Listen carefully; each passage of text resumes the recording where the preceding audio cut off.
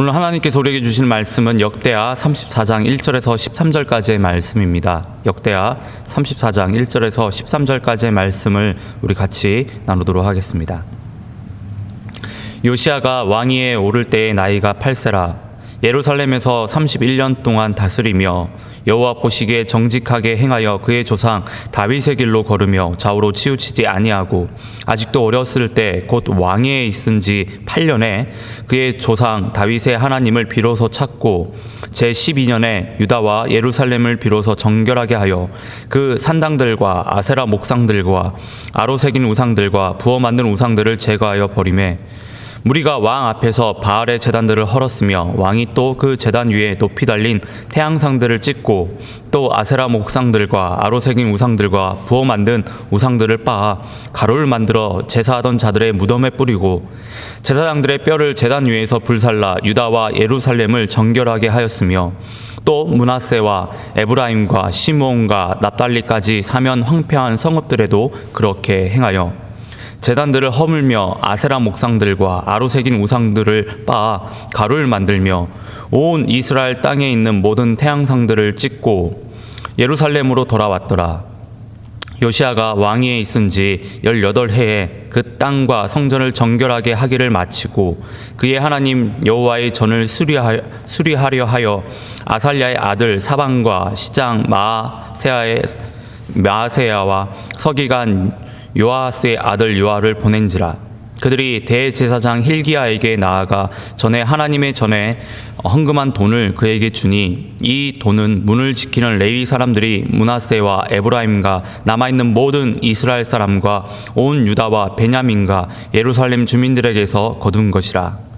그 돈을 여호와의 전 공사를 감독하는 자들의 손에 넘기니 그들이 여호와의 전에 있는 일꾼들에게 주어 그 전을 수리하게 하되 곧 목수들과 건축하는 자들에게 주어 다듬은 돌과 연접하는 나무를 사며 유다 왕들이 헐어버린 성전들을 위하여 들보를 만들게 하매 그 사람들이 성실하게 그 일을 하니라. 그의 감독들은 레위 사람들 곧 무나리 자손 중 야핫과 오바댜여 그앗 자손들 중 스가랴와 무슬람이라. 다 그 일을 감독하고 또 악기에 익숙한 레위 사람들이 함께 하였으며 그들은 또 목독꾼을 감독하며 모든 공사 담당자를 감독하고 어떤 레위 사람은 서기와 관리와 문지기가 되었더라. 아멘. 오늘은 역대하 34장 1절에서 13절까지의 말씀을 가지고 비로소 하나님을 찾았더라 라는 제목으로 함께 말씀을 나누도록 하겠습니다. 16세기 종교개혁이 일어났을 당시 종교개혁가들이 주창했던 것 중에 하나는 개혁된 교회는 날마다 개혁되어야 한다는 것이었습니다. 이 말의 의미 안에는 교회는 개혁의 주체가 아니라 개혁의 대상이라는 것입니다. 그리고 교회는 끊임없이 하나님의 말씀으로 개혁되어져야 한다는 것입니다. 교회가 안주하는 순간 교회는 고인물이 썩듯이 썩게 된다는 말입니다. 여러분, 우리가 살고 있는 이 세상은 끊임없이 변화하고 있습니다. 하나님의 말씀, 진리 외에는 절대화할 수 있는 것이 하나도 없습니다. 이런 세상 속에서 교회는 하나님의 말씀으로 계속해서 성찰하면서 세상 가운데 나아가야 합니다. 하나님은 우리에게 이 세상이라는 필드를 주셨습니다. 우리는 끊임없이 변화하는 세상 속에서 하나님의 복된 자녀로 살아가야 합니다. 우리가 이 세상에서 하나님의 백성으로서 그 정체성을 온전히 지키며 또 하나님 백성으로서의 영향력을 발휘하기 위해서는 끊임없는 개혁이 우리에게 필요합니다. 이는 우리의 믿음도 그렇습니다. 신앙에 있어서 성장이 없다면 그것은 신앙이 멈추는 것이 아니라 퇴보하는 것입니다. 마치 고인물이 썩듯이 우리의 영혼이 썩게 되는 것입니다. 여러분, 신앙은 성장과 퇴보 이 두 가지만 존재합니다. 우리가 하나님의 말씀을 통해 하나님의 자녀로 계속해서 성장을 이루지 못한다면 우리는 계속해서 퇴보하고 있는 것입니다. 이것을 역대기 저자는 계속해서 우리에게 말하고 있습니다. 역대기에서 수많은 왕들이 계속해서 종교개혁을 이루지만 또 언제 그랬냐는 듯 개혁 이전의 모습으로 되돌아갑니다. 개혁이 이처럼 힘들고 어려운 이유는 개혁은 평생 해야 하는 일이기 때문입니다. 마치 달리는 자전거에서 페달을 멈추는 순간 자전거가 멈추고 넘어지듯 개혁 역시 개혁의 페달을 계속해서 밟아주지 않으면 멈추게 됩니다. 그래서 힘들고 어려운 일입니다. 우리가 주님 앞에 가는 순간까지 계속해서 개혁의 페달을 밟아야 하기 때문에 힘들고 어려운 것이지요. 오늘 말씀은 요시야 왕에 대한 이야기입니다. 요시야는 여호와께서 후원하시라, 고치시라라는 뜻을 가진 유다 왕국의 16대 왕이었습니다. 그의 아버지 아몬이 그의 조상 므낫세 시대부터 계속되어 온 우상을 숭배하다가 신하에게 암살을 당하고 이에 요시야가 8세의 왕이 됩니다. 그는 31년간 남유다를 통치하는데요. 여호사밧, 히스기야와 같은 최고의 선왕 중에 한 명으로 성경은 평가를 합니다. 2절을 보면 세 가지로 요시야를 평가하는데요. 첫째는 여호와께서 보시기에 정직하게 행하였다는 것입니다. 하나님 보시기에 올바른 일들을 행하였다는 겁니다. 둘째는 그의 조상 다윗의 길로 갔다는 것이죠. 다윗을 본받았다라는 겁니다. 그리고 셋째는 좌우로 치우치지 않았다라고 말합니다. 이는 오직 한결같은 마음으로 하나님을 믿고 하나님을 섬겼다라는 것입니다. 여러분, 좌우로 치우치지 않았다라는 것, 오직 한결같은 마음으로 하나님을 믿고 섬겼다라는 것은요, 그리스도인에게 있어서 극찬 중에 극찬이라고 할 수 있습니다. 남유다 왕들 중에 다윗과 비교될 만한 왕이 여호사밧과 히스기야인데요. 여호사밧과 히스기야도 이런 말을 듣지 못했습니다. 오직 요시야만 이런 평가를 받았습니다. 제가 개혁이 성공하기 어려운 이유가 개혁은 평생 되어져야 하는 일이기 때문에 어렵다라고 했습니다. 그런데 요시야는요, 자신이 살아있는 동안에 좌로나 우로나 치우치지 않고 한결같이 하나님을 섬겼던 왕이었습니다. 열왕기하 23장 25절에서 우리가 그것을 알 수 있는데요. 요시야와 같이 마음을 다하여 뜻을 다하여 힘을 다하여 모세의 모든 율법을 따라 여호와께로 돌이킨 왕은 요시야 전에도 없었고 후에도 그와 같은 자가 없었다라고 이야기를 합니다. 이런 평가를 성경에서는 하고 있습니다. 여러분, 하나님께로부터 이런 칭찬을 받은 사람이 어디 있겠습니까?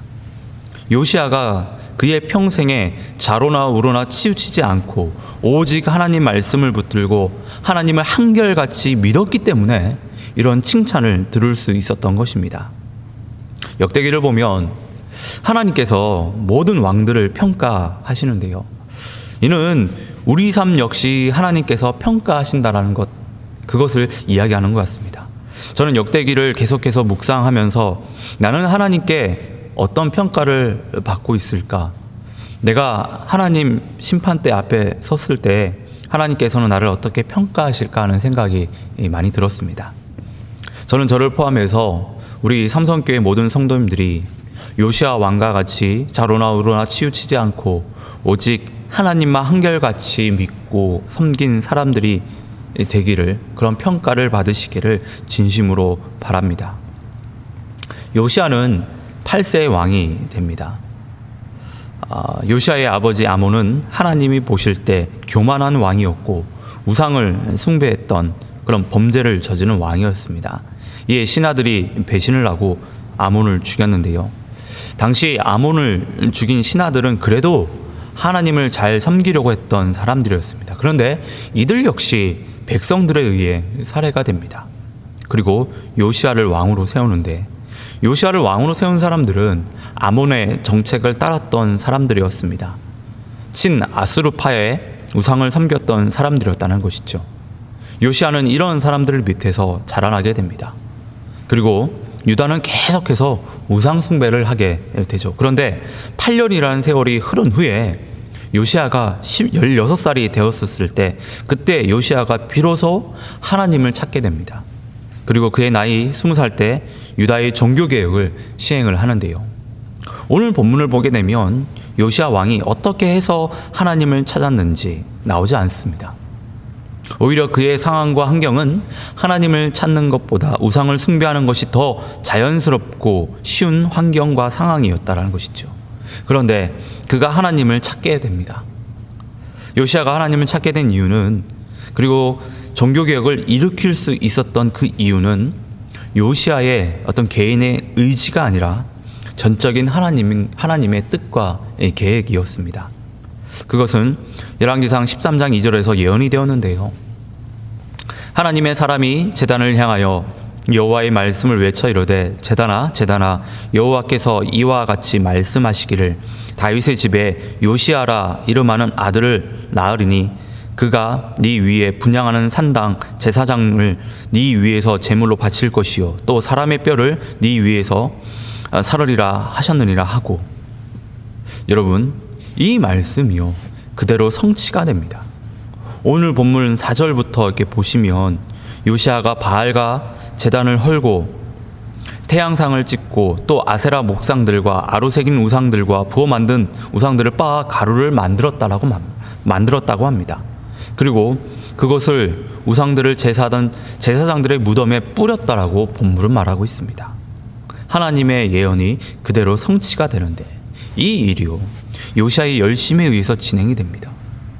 요시야는 그 누군가를 통해 이 일을 이룬 것이 아니라, 오늘 본문 7절 마지막 부분을 보시면 온 이스라엘 땅에 있는 모든 태양상을 찍고 예루살렘으로 돌아왔다라고 말하는데요. 이는 요시야가 종국을 순회하면서 종교개혁을 직접 진두지휘했음을 말합니다.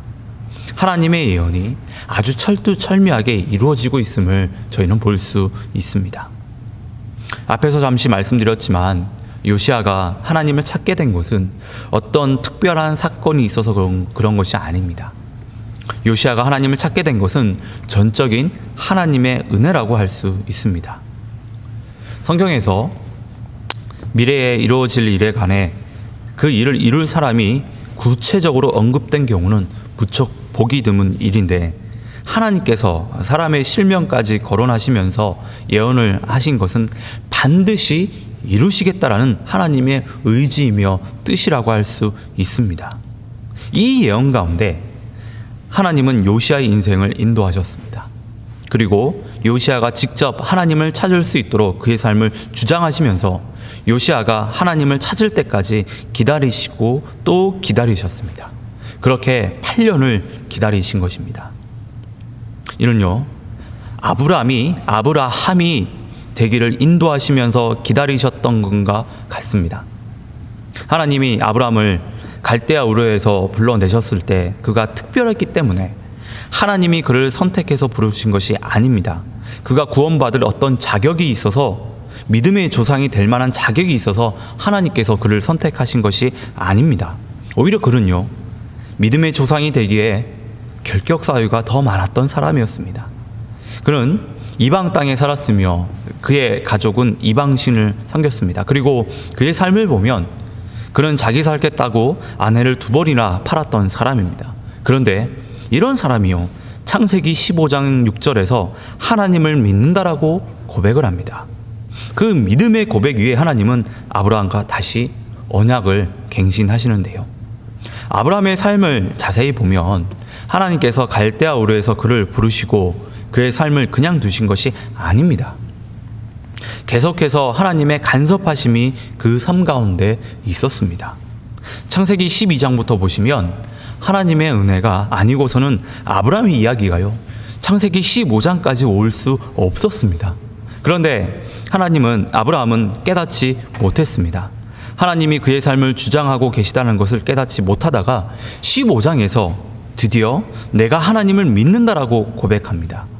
그 고백이 나오기까지 하나님은 아브라함의 삶을 인도하시고 또 주장하시면서 기다리셨다는 겁니다. 이처럼 요시야도 하나님의 전적인 은혜 덕분에 그가 남유다의 최고의 선왕이 될 수 있었습니다. 그가 어떤 자격이 있어서 어떤 업적을 이뤘기 때문이 아니라 하나님의 은혜가 그의 삶을 주장했고, 때가 되었을 때 요시야가 하나님을 찾았던 것입니다. 제가 청년부 사역을 하면서 가장 보람을 느낄 때가 청년들의 신앙이 자라는 것을 볼 때입니다. 그들의 입술로 하나님을 고백할 때 가장 큰 보람을 느낍니다. 어떤 친구들은 제대로 사람 구실은 할 수 있을까? 신앙생활을 모범적으로 잘하는 것은 둘째치고 사고나 안 치면 참 다행이겠다는 친구들이 있었습니다. 이런 친구들이 교회를 들락달락하면서 리더들을 무지 많이 애를 먹였습니다. 그런데 어느 날 그 친구들이요, 하나님 손에 이끌려 나오게 됩니다. 그리고 아브라함처럼 본인들의 입술로 하나님을 고백하고 요시아처럼 그들의 삶을 개혁해 나가는 것을 보았습니다. 저는 전혀 변화되지 않을 것 같던 그 친구들이, 교회에서 문제나 안 일으키면 다행이라고 생각했던 그 친구들이요, 하나님 손에 이끌려 나와 하나님을 고백합니다. 우리는 그들을 포기하려 했을지 모르지만 하나님께서는 그들의 인생을 인도하고 계셨고 그들이 하나님을 직접 찾을 때까지 기다리고 계셨다는 것입니다. 사랑하는 성도 여러분, 요시아의 종교개혁이 이전의 왕들과 다르게 성공을 거둔 것은 자로나 우로나 치우치지 않고 한결같이 하나님을 섬겼기 때문입니다. 요시아가 한결같은 그 믿음을 가질 수 있었던 것은요, 전적인 하나님의 은혜가 그의 삶을 주장했고 그가 하나님의 은혜를 경험했고 깨달았기 때문에 스스로 하나님을 찾을 수 있었던 것입니다. 여러분, 우리는 우리의 삶을 주장하고 계시는 하나님의 은혜를 깨달아야 합니다. 그리고 그 놀라우신 하나님의 은혜를 우리는 경험해야 합니다. 그때 우리가 하나님을 진정으로 붙들고 의지하며 한결같은 믿음으로 이 땅을 살아갈 수 있습니다. 지금도 하나님께서는 우리가 간절히 하나님을 찾고 구하기를 기다리고 계십니다. 그리고 하나님께서 부어주신 그 은혜를 우리가 우리 삶 가운데서 깨닫기를 원하시고 계십니다. 바라기는요, 하나님이 주시는 은혜를 저희가 모두 깊이 깨달아 하나님을 정말 진정으로 찾고 구하는 우리 모두가 되기를 진심으로 축원합니다. 우리 다 같이 기도하도록 하겠습니다. 사랑과 은혜가 충만하신 하나님 아버지, 감사합니다. 오늘도 하나님 앞에 나와 주님과 함께 하루를 시작할 수 있게 해주신 은혜에 감사드립니다. 하나님, 세상은 지금 코로나로 인해 큰 어려움과 혼란 가운데 있습니다. 이럴 때일수록 하나님의 백성들이 세상의 빛과 소금의 역할을 더욱더 충실히 감당하게 하여 주시고 주변의 이웃들을 배려하며 섬기는 우리 모두가 되게 하여 주시옵소서. 하나님, 우리의 믿음이 요시아 왕과 같이 자로나 우로나 치우치지 않는 한결같은 믿음이 되게 하여 주시고 하나님께서 우리 삶 가운데 부어주신 은혜를 더욱더 깨닫고 경험함으로 하나님은 늘 찾고 구하는 우리가 되게 하여 주시옵소서. 오늘 하루도 우리의 삶을 주님 앞에 올려드립니다. 주님의 제단 가운데 우리의 삶을 사용하여 주시고 우리 삶을 더욱더 복되게 하여 주시옵소서. 이 모든 말씀 예수님의 이름으로 기도드립니다. 아멘.